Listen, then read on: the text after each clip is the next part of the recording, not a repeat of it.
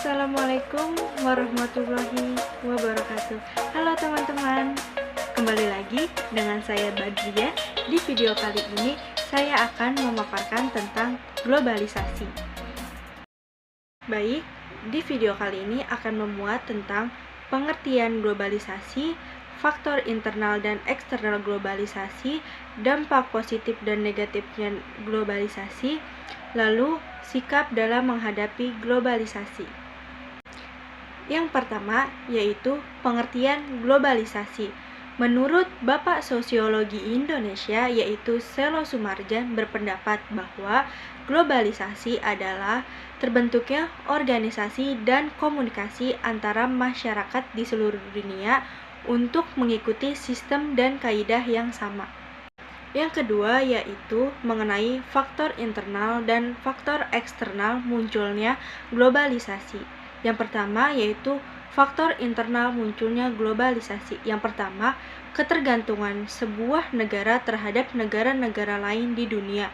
Yang kedua, kebebasan pers atau media.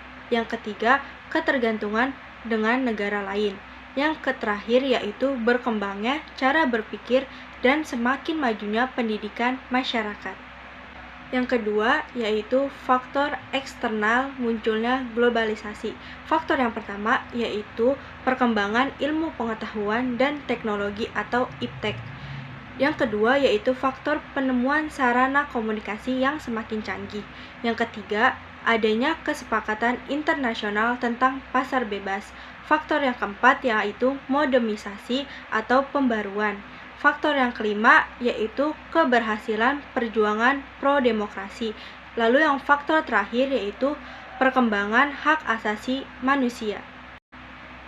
Selanjutnya yaitu mengenai dampak positif dan dampak negatif globalisasi dalam beberapa bidang.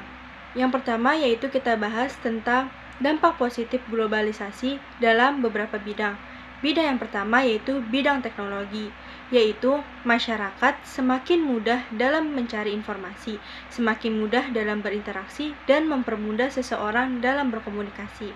Bidang yang kedua yaitu bidang sosial budaya, yaitu meningkatkan pola pikir masyarakat, memperluas pengetahuan tentang budaya luar dan dapat mengenalkan budaya lokal melalui internet. Yang ketiga yaitu terhadap bidang ekonomi, yaitu meningkatkan kerjasama ekonomi antar negara. Yang keempat, bidang politik, yaitu masyarakat semakin sadar akan pentingnya hak asasi manusia dan meningkatkan kesadaran masyarakat terhadap politik.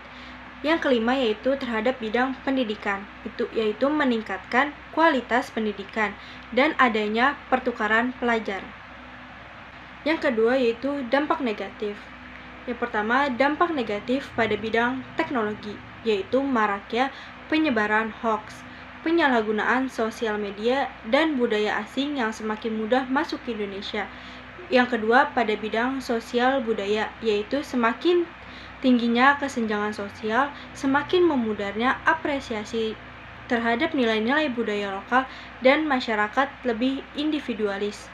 Yang ketiga, pada bidang ekonomi, yaitu ketergantungan suatu negara terhadap negara lain, bertambahnya angka kemiskinan dan kerusakan lingkungan.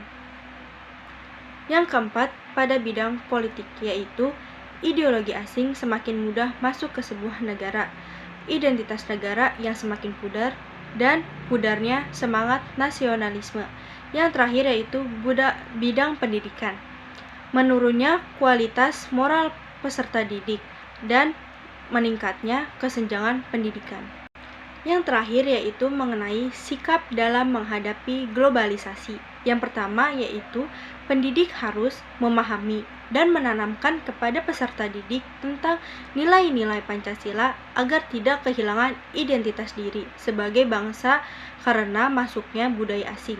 Yang kedua yaitu pendidik harus mengajarkan kepada peserta didik dan menanamkan terus melestarikan budaya dan tradisi yang telah diwariskan secara turun-menurun dari nenek moyang terdahulu. Yang ketiga yaitu meningkatkan kualitas sumber daya manusia, menanamkan sifat terbuka dan mau menerima terhadap adanya perubahan. Baik, sekian video mengenai globalisasi. Kurang lebihnya mohon maaf, sampai bertemu di video selanjutnya. Wassalamualaikum warahmatullahi wabarakatuh.